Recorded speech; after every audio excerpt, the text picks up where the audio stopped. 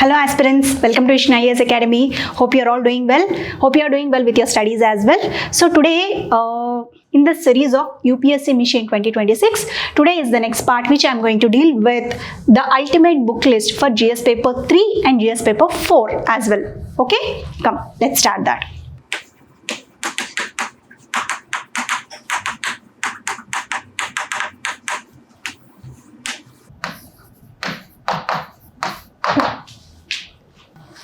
What are the topics that are being covered in GS paper 3? If you see at a glance, you are supposed to read economy, science and technology,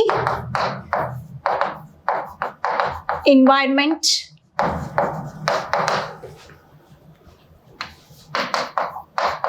ecology, biodiversity,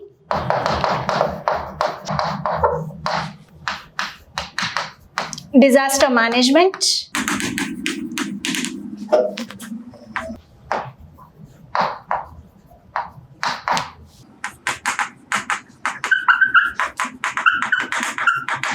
and internal security. These are the topics which you are supposed to cover broadly in GS paper 3, which are economy, science and technology, environment, ecology and biodiversity, disaster management and internal security. Okay, and for this, for everything, as I told you, you are supposed to cover the basics through your NCERTs.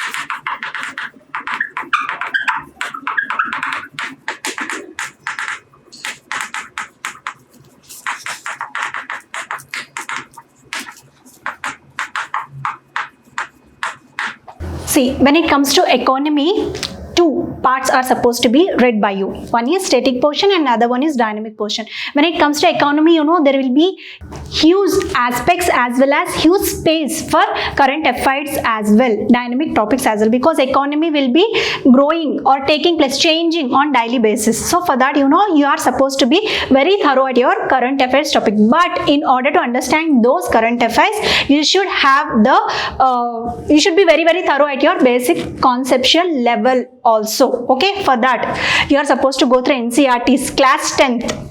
Okay, understanding economic development, and class 11th book, Indian economic development, and from class 12th standard you are supposed to go through introductory to macroeconomics, and there is one more book in class 12th standard also, that is introductory to microeconomics. Generally no need of going through that because you will be getting that conceptual understanding by reading this as well as any of the standard books. So don't waste your time for that. These are the three books which you are supposed to excel for understanding, for getting a thorough understanding of all the basic concepts, technical term clearance for you people, and then you can switch on to the standard books, any one among these. Okay, so either Indian Economy by Nitin Singhania, Indian Economy by Vivek Singh, or else Indian Economy by Ramesh Singh. Any one book will be suffice for you people.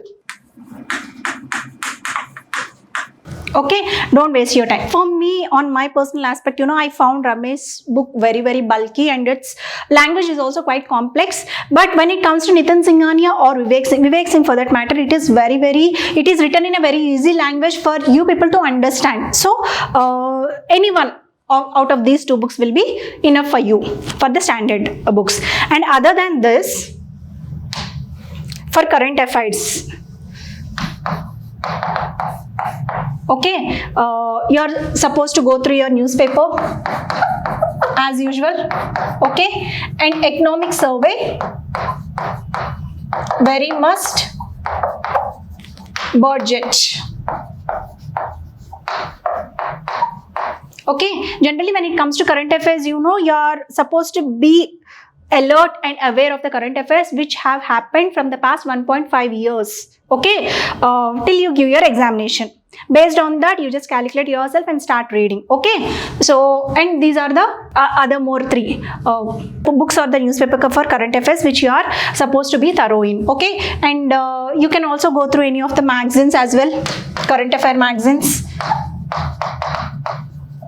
Okay, be it Yojana, sorry, not Yojana, Vision IAS or Insights, okay, Drishti IAS, Vajiram and whatever the current affairs magazine you are comfortable with. Okay, don't waste your time on choosing. Choose it very, very quickly because any one will be suffice for you. Okay, done. Now, and yeah, economy, when it comes to reading with economy, starting initial phases of your study seems very, very difficult. Not for everyone, but at least for some people. Okay, because I am also one among them.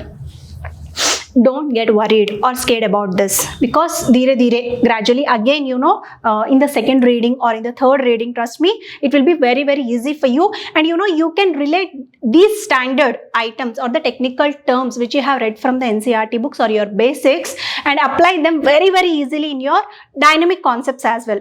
Okay, for example, repo rate. What is repo rate? So you'll be reading what repo rate is by going through this NCERT books. And when in the newspaper, if you come across any of the paragraphs saying that RBI has increased the repo rate or decrease the repo rate, means you'll be easily able to connect yourselves with the definition of the repo rate and it will easily sit in your brain like that. Okay, and the next thing is that the very, very challenging task in economy is remembering the statistical data, especially the numerical data, which will keep on changing quarterly, which will keep on changing yearly. Okay, so don't worry about that. You know, once you get acclimatized to reading, so that won't be a very big task for you and you can easily grasp them. Okay, so don't worry about all this kind of things. So instead, start with your basics. Okay, on this note, we'll be shifting to next aspect.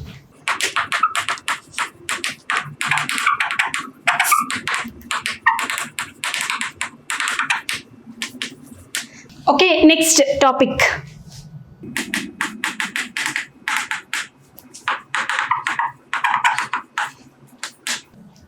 Ecology, environment and biodiversity. Okay, so every year UPSC will be covering from this aspect also, so don't neglect this. And for this, you know, in NCERTs you have to cover science related books,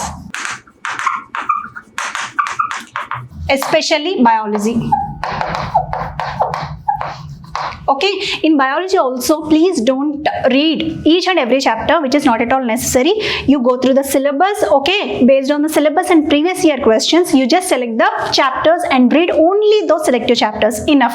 From that, you'll be getting a basic idea of what these three topics are. Okay, and then when it comes to standard book, you can switch on to Shankar IAS. Okay, read Shankar IAS environment book. This after going through these two, you know, you can easily grasp and get the complete awareness of this particular topic in GS paper 3. Okay, and after reading this, don't forget to practice PYQs or any of the test series questions, okay, which are available freely in most of the websites. Okay, download those questions related to this particular topic and then answer them, so that you know the topic or the concept which you have read will not go away or vanish away from your brain. Okay, done. Now,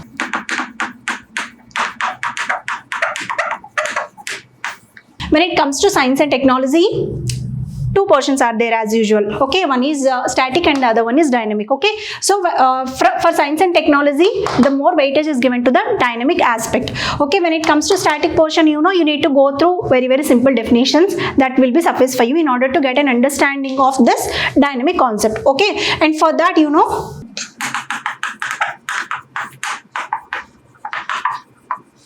you go through NCERTs of physics and chemistry starting from 6 to 10 standards. Enough.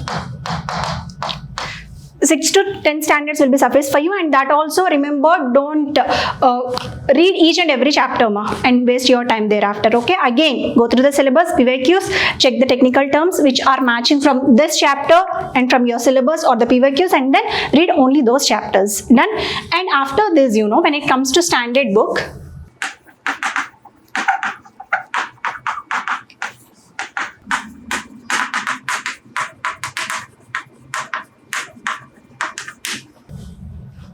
okay, there is a book written by Ravi Agrahari on science and technology. Okay, this is also a very huge book. Again, don't cover each and every chapter from this. Select what are the chapters that are useful for you and that are related to the syllabus, and then only go through this. Okay, and thereafter for current affairs, you are supposed to be thorough in newspaper. Okay, and again any of the magazines, monthly magazines.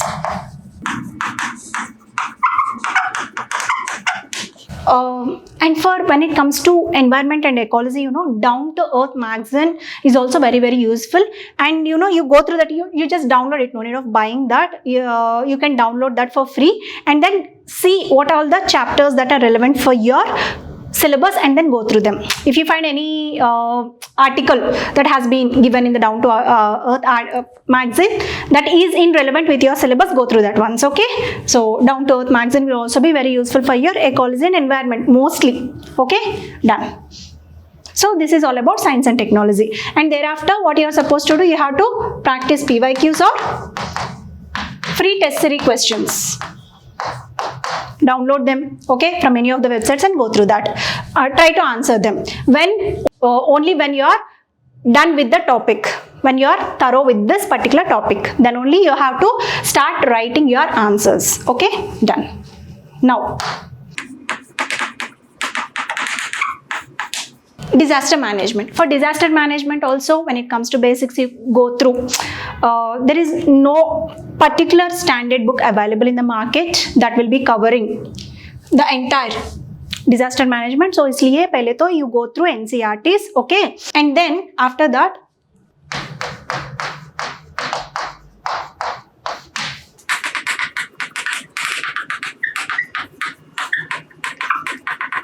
you go through the website National Disaster Management Authority guidelines. Okay, these two will be mostly suffice for you, and in case if you go through the newspapers, you will sometimes, not always, not frequently, but very rarely, you will be coming across any of the news that is related to this disaster management. Okay, if you go through previous year questions, automatically you will be getting an idea on how to read.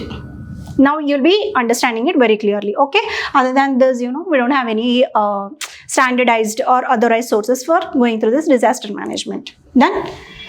And now, internal security.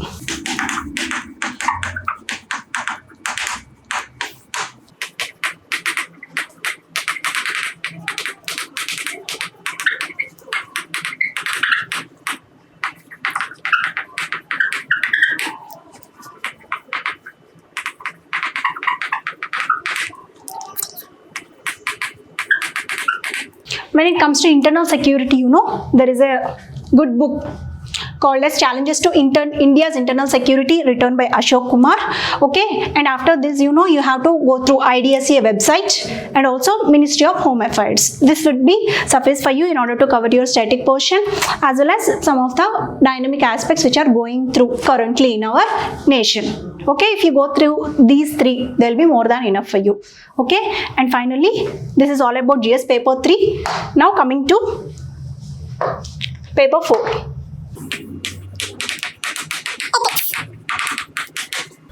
A small suggestion over here, when it comes to ethics, you try to read this on daily basis. Don't skip even a single day without reading your ethics subject and newspaper as well. And remaining subjects, you just, arrange in an orderly fashion which you are comfortable with. But when it comes to ethics, try to read it on daily basis so that, at the end of the day, you won't get confused over this, because this seems to be quite vast when compared to the remaining topics, because the entire GS-4 whole 250 marks are only for this ethics and ethics. So that is the reason why you are supposed to give every day time to this ethics and optional. right? Plan for this. When it comes to ethics, you know, generally in the market there are two sources that are available. One is lexicon and DK Balaji. These are the two books which are available in the market. Go through them, and after that, you know, practice lots and lots of case studies and also PYQs. Practice them, okay, continuously, so that you know you'll be getting a clear-cut idea on how to deal with this vast subject and how to answer to the point asked by the UPSC. Okay, done? Clear. This is all about the standard or the ultimate book list for you people to go through the GS. So other than this, there are some websites also which you can go through, and I'll be listing them over here also.